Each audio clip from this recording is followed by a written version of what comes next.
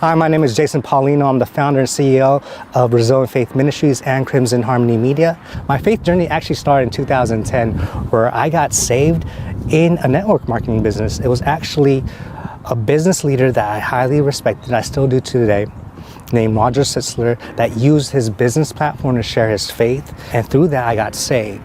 Then in 2010, I started helping a friend, Cameron Jones, now Pastor Cameron Jones, started a church in Napa called Progressive Faith.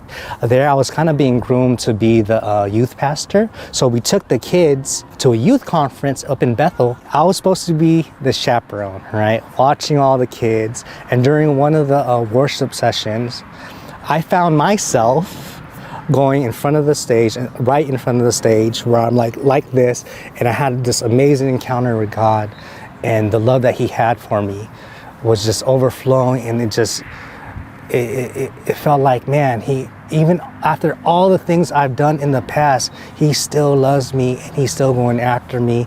And it just all came out in tears and snot. I'm basically crying on stage while they're worshiping, and I'm supposed to be the chaperone, right?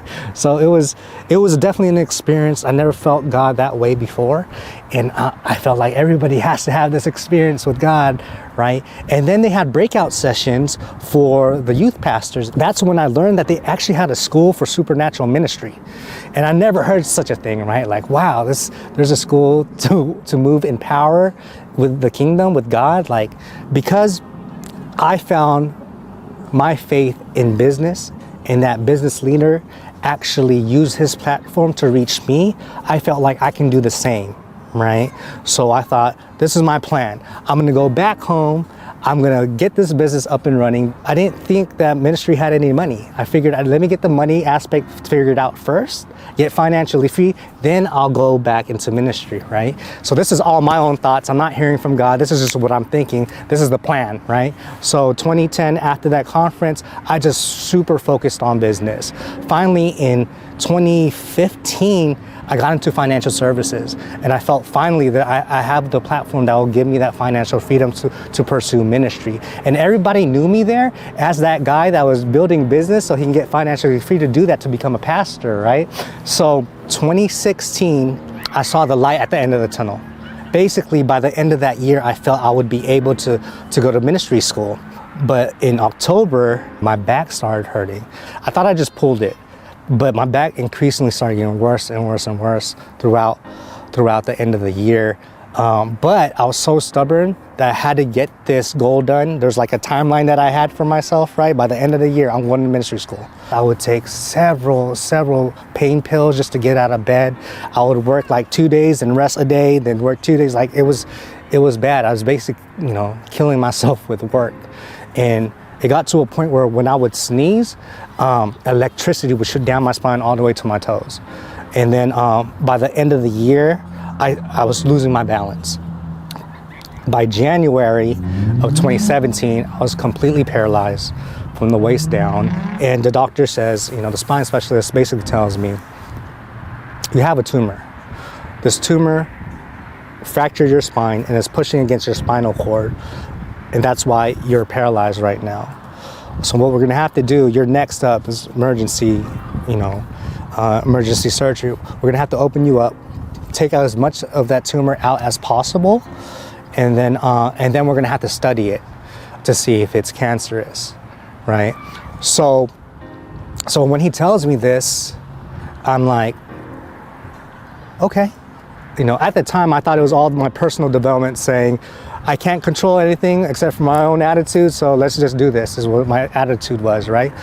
But now looking back at it, I can see that it was really, truly the peace of God over me. What I knew was, this wasn't it for me, right? Because the doctor's telling me, I don't think you understand, because I'm like, okay, right? He's like, I don't think you understand. This is gonna be a long road for you if you recover. You're probably not gonna walk again.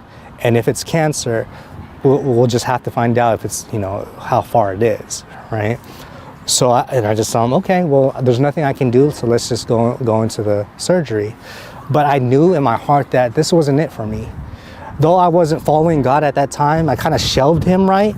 And I was actually pursuing business to, eventually pursue ministry.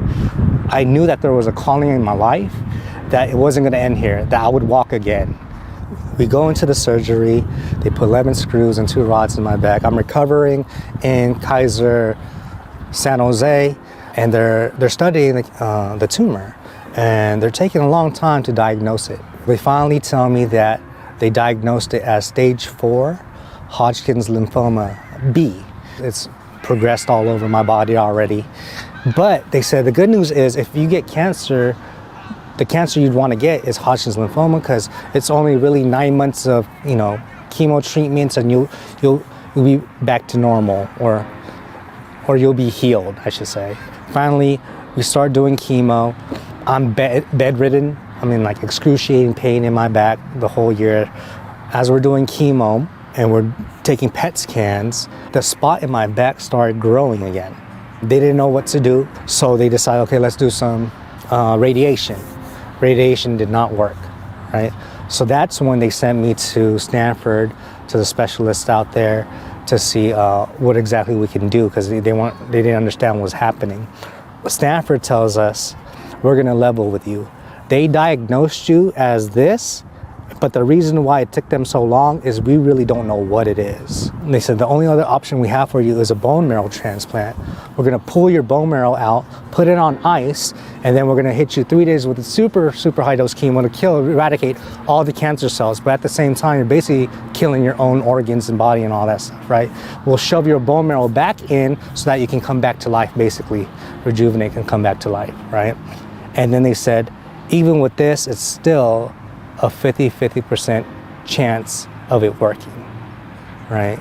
So that was when it got real serious. Like, I wish I can tell you I had that peace and faith the whole time, but honestly, I was in heavy narcotics because of my back pain the whole time, so I wasn't really there. And like I said, I wasn't really following God before this. I was just pursuing business.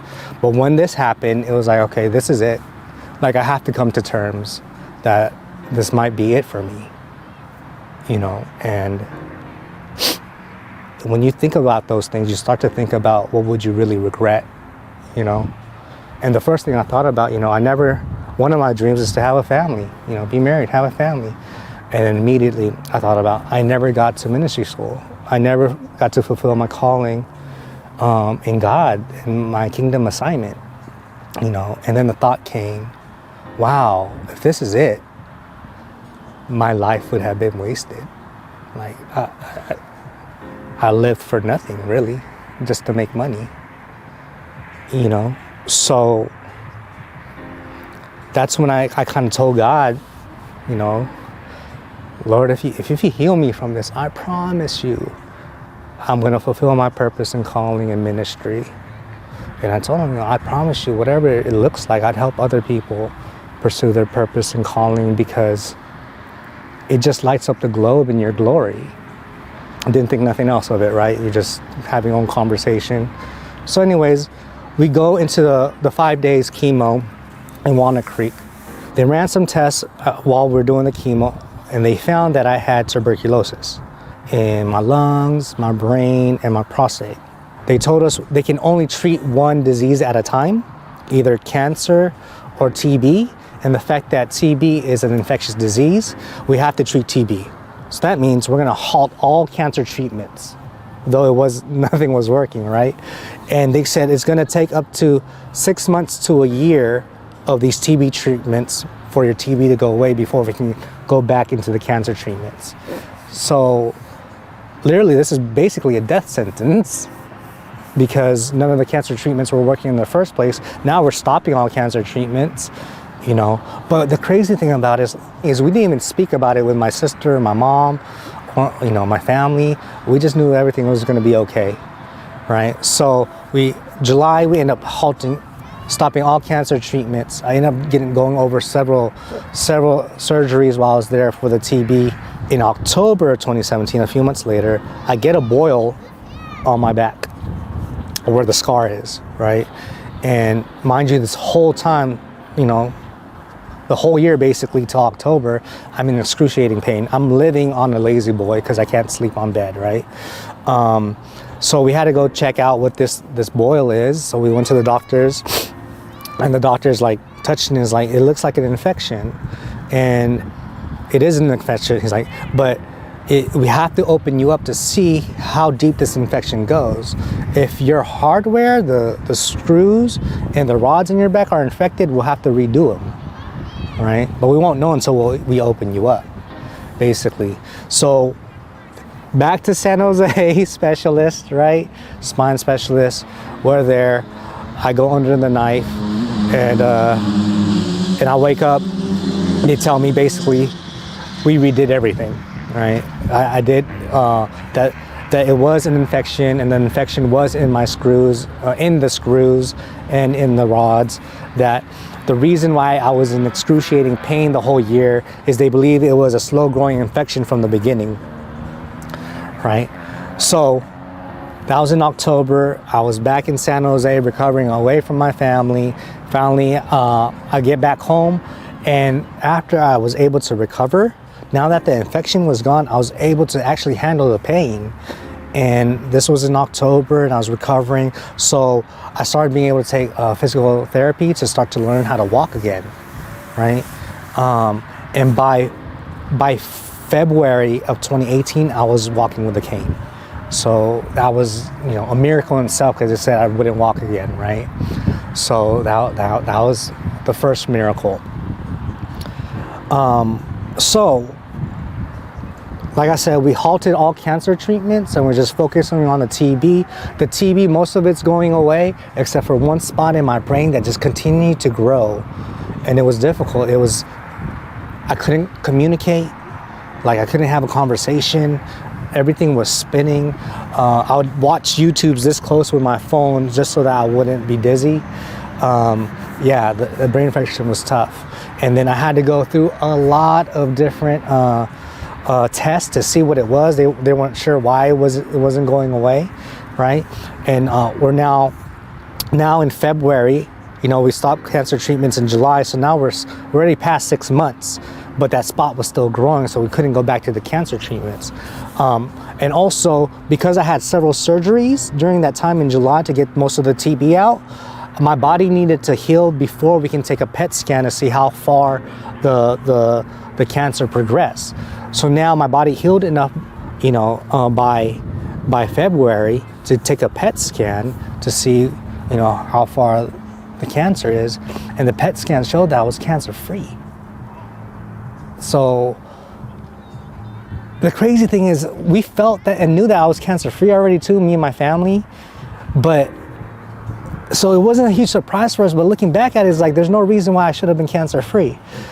The doctors were saying that those 2 high-dose chemos that I took, 2 doses of 5 days each, was what eradicated it all. I believe God can use anything. He can heal us instantly with just the word, right? He can use therapy, and he can use medicine as well. Regardless of how he did it, he healed me. He healed me. There's no two ways about it. I'm not supposed to be here. From there, the TB, the brain infection, they figured out that it was a form of tuberculosis that just took a long time. It actually so I started July 17 with the treatments. I didn't end till 2019 August. So it was over 2 years of treatments with the TB. But cancer-free, I'm walking today. God completely healed me from all of that. And the crazy thing about it is, if I was already healed from that time of the 2 high-dose chemos in Walnut Creek, and if I didn't get TB and I was already healed, I would have went straight to a bone marrow transplant that I wouldn't need. I would have killed my organs, all that stuff. So the TB actually stopped all that stuff. It was a blessing. Though I believe God doesn't give us disease, but he can use all things for the good, all things, and orchestrate it all. And another part of his orchestration, right? So remember, I told you, my whole purpose in building business was so that I can get finances to go pursue ministry. The enemy did not like that. He tried to wipe me out. But God, like I said, Romans 8:28, he's going to turn everything for the good for those who love him, who've been called according to his purpose. And what the enemy ended up doing is giving me a bigger voice. See, I was in financial services, and one of the things that we provided was living benefits. So in insurance, most people just know the death benefit aspect. When someone dies, the money goes to their family to take care of them, right? But the new insurance has living benefits. And while we're still alive, we can access that insurance to take care of us depending on how sick we get. And the fact that I was terminally ill, it paid out tax-free hundreds of thousands of dollars so that it would take care of me, because they were just going to give it to me anyways because I was supposed to not live. What that did, it bought my sister a whole year of her taking care of me, right? It afforded us a house that we can all live in, and I was able to wipe out all my family's debt, so we didn't have nothing to worry about when it comes to finances. Just focus on our faith and focus on healing. You know, a lot of times I know that, you know, when people go through these struggles, finances is another part of it that can hinder their ability to heal because of stress. You know, so here I was pursuing business and finances so I can go pursue ministry, but the enemy tries to wipe me out. But what does he do? He gives me the finances, gives me a bigger voice to share what God did for me, and now it's reaching other people.